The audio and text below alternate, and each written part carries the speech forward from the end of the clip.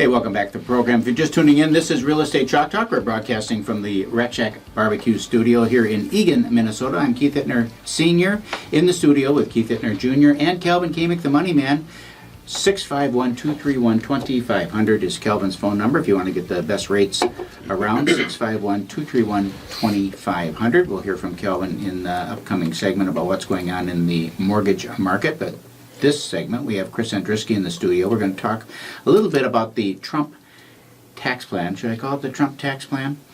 But before we get into that, before we start talking about that, we've got to establish your credibility. So why would we be listening to you about any of this stuff? Just talk a little bit about your background. Where did you come from? Sure. And what is it that you do? Well, I used to be a regular guest on this show, so thanks for having me back. Sure. I'm a CPA. I have an MBA degree on Minnesota Financial Solutions. We've been around almost 20 years now. We do financial consulting, taxes, mortgages, business consulting, etc. So small business taxation is clearly the area that I have the most exposure to. I'm curious about a couple of things. What did you do before you started this company?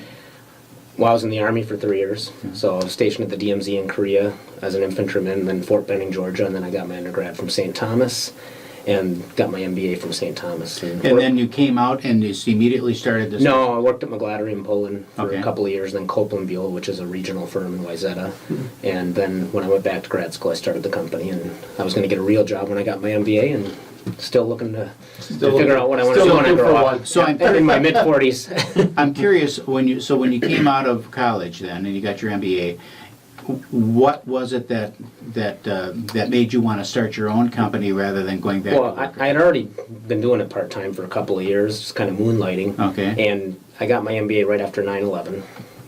Job market wasn't the greatest at the time. Did have an offer from a company in northeast Minneapolis that was fairly attractive, but I wasn't that far off part-time the previous 2 years while I was Of your own stuff. Of my own stuff, and I Okay. figured why not give it a shot.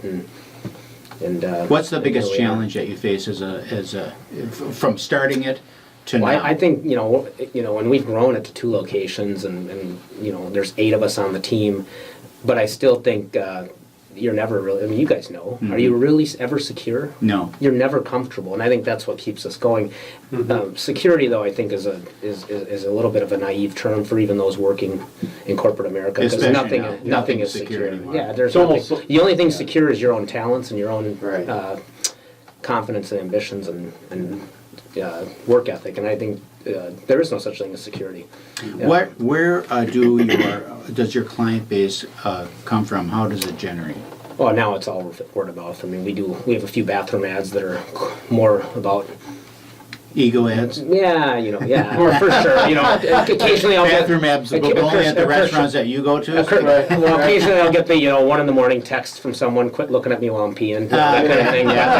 But yeah, we don't get any business from it, but it's just more. Awesome. And I know some of the owners of the restaurants. A few of them are clients, and so we kind of help them out that way. But it's all referral based. I mean, Right. and it's amazing. People talk about why to get an MBA or why to go to grad school. For me, that's what I think is, not to go too much on a tangent, but these online schooling opportunities that people have, Right. I think you lose a lot of what schooling is about, which is networking and getting to know Getting to know people. people. If I look at my book of business, and I probably have, 1,500 clients, I bet you a good 30 to 40% of that tree comes from grad school contacts. Really? And I think you lose a lot when you do an online education now. I think you do too. Just the dynamics of the classroom in general, the question and answer. Well, even the continuing ed stuff. I mean, I used to teach continuing ed to realtors. When the Southern Association of Realtors was here on Eagan, when did they cancel that? They're back now. Oh, they are? Back over Okay. here, yeah. Yeah, but I used to teach continuing ed to realtors, and the conversations we used to have, whether it was mortgage related or investment related or real estate tax related or whatever, you lose that when you do the online continuing ed. And I just did my mortgage online continuing ed, and Kelvin, that's due here. I went to a class. Yeah, so you're better than I am. I did the online version, and you know what you're, One day and so I class, think, yeah. I think. And you go click.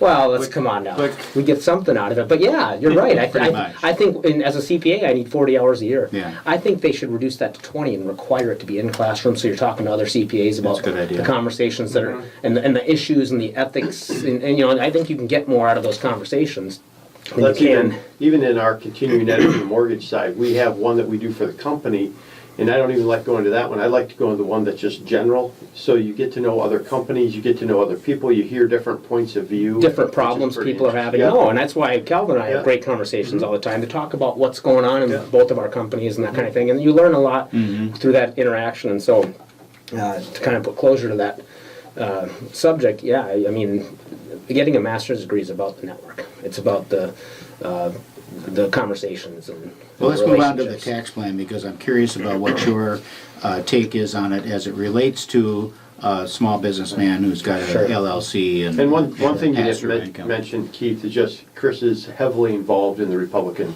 I Party. used to be. Yeah, used to be very heavily involved. Now my They kids kicked are. him Now out. my kids take up all my time, Yeah. and my wife and I don't have time for anything but their activities. Yeah. But But you have a very was, heavy yeah. political bent. yeah, too. I was a national delegate in '08 for the Republican Party, and I used to be a lot more involved in fundraising and things of that nature. For a while, it looked like I was going to run for Congress when John Klein retired, and Keith had told me for years I wouldn't do it because I had too much of a good thing going. And, Right. you know, Keith is a bright man, and as usual, he's right. So He's always talking about hey, Junior, right? Keith I'm right. I should definitely clarify. Junior's kind of smart. Senior's really smart, right? But so yeah, I have helped shape some legislation at the state capitol as it pertains to mortgage lending and tax policy and whatnot. And we've got quite the change coming in Washington if it indeed does pass. It sure does. As it pertains to real estate. The House version has some limitations on the mortgage interest deduction, but it's for debt over $500,000, so it shouldn't affect too many Americans. Right. The bigger What push, about second homes? That's, it's just cumulatively, because right now it's $1 million, Right. and they're going to bring it down to $500,000. So weren't it's they going to cumulative. eliminate like vacation properties and stuff? That's the Senate version. Oh, okay. Yeah, so right now it's in committee, and so they're going to kind of mesh the two together. I think, and Keith, it'd be interesting to get your opinion on this because you have a tax background Yeah. in your prior career. This doubling the standard deduction, I think, is going to get a lot of pushback from the real estate industry and the finance industries. Why do you think that? It's well- from a strategic marketing standpoint. Well, more right, than because anything. they're not eliminating the mortgage interest deduction. They're not eliminating the real estate tax deduction, although there were some versions that initially capped did capped it at 10 grand or whatever. But if you double the standard deduction to Yeah. $24,000 for a married filing joint couple, Yeah. that family of four that makes 70, 80 grand a year that lives in a $200,000 house, their itemized deductions typically are about $17,000, $18,000. Right. So you're not eliminating their deduction, but you're de-incentivizing them Right. from And a we- tax standpoint. And I love this We've had this conversation conversation, because we've had this conversation. And my opinion of it is that you talk about the average American won't be able to take advantage of or will not be impacted by reducing from $1 million to $500,000 in interest deduction, right? So that doesn't really make any difference to most Americans. I think similarly, if you increase, the reason to purchase a home for most Americans is not for a tax deduction. Agreed. The people that are buying homes that are buying them for a tax deduction can buy them with cash generally, and they decide to finance the property to have a deduction. I have friends that have a lot of money, so much so that they could have bought a 5, 6, 7, like Kelvin here, $700,000 house with cash, right? Well, they decided to finance half of it in order to have a deduction, so they can write it off on their taxes, right? Most Americans aren't going to they'll be happier with a higher standard deduction than they would worrying about whether they're going to, because they have families, they want to be in the school district, their kids are, their churches, there are different reasons that people buy houses, so I don't think it's going to impact. I don't disagree. Their I don't decision-making disagree with you, process. but I don't disagree with you that the behavioral component of this is probably not as strong as some think. I just thought that there'd be more push from the real estate lobbyists. Well, what they have in, started pushing Washington. on, what they have started pushing on now, as it's in committee, is to bring back the $1 million, and then to not mess with the capital gains change, because there's been a capital gains change as well to move it. What's the years 5 now? of 8. 5 to 8, 5 of 8 instead of 2 of 5.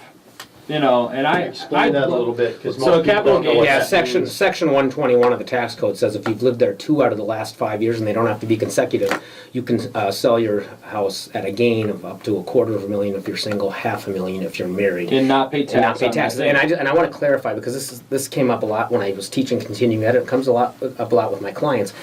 what you get at closing, the cash you get at closing is not the gain. If you, Right. if you Correct. pay $300 for a house and sell it for $280 and you paid cash for that house, you're getting a check for $280, but that means you had a loss of 20 grand. So the 5 out of 8 years, that'd be an interesting one because Yeah, I'd like to see that because people move for different reasons. And so if you were to see a gain, let's say you're getting transferred to California. yeah, but there are from Minnesota. exemptions. There's already exemptions for those kinds of That's things. what I Where Are they, there? yeah, Okay. where they. So in other words, right now it's a 2 out of 5.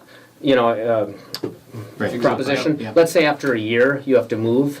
What they do is they weight average it. So if you're a married couple and after a year you have to move, you can exclude $500,000 tax free if you have a greater than 50-mile Okay, I radius didn't know job that. change. Right. There are some exemptions, or if you have a death in the family, That's why you're or the medical, CPA. medical That's why you're emergency. the Once they we already wrap have up this some. segment. We will. We'll keep talk going. more about it on Yeah. the other side of the break here. This is Real Estate Chalk Talk. Log on to hittnergroup.com, HITTNER group.com, 612-627-8000. We'll be right back.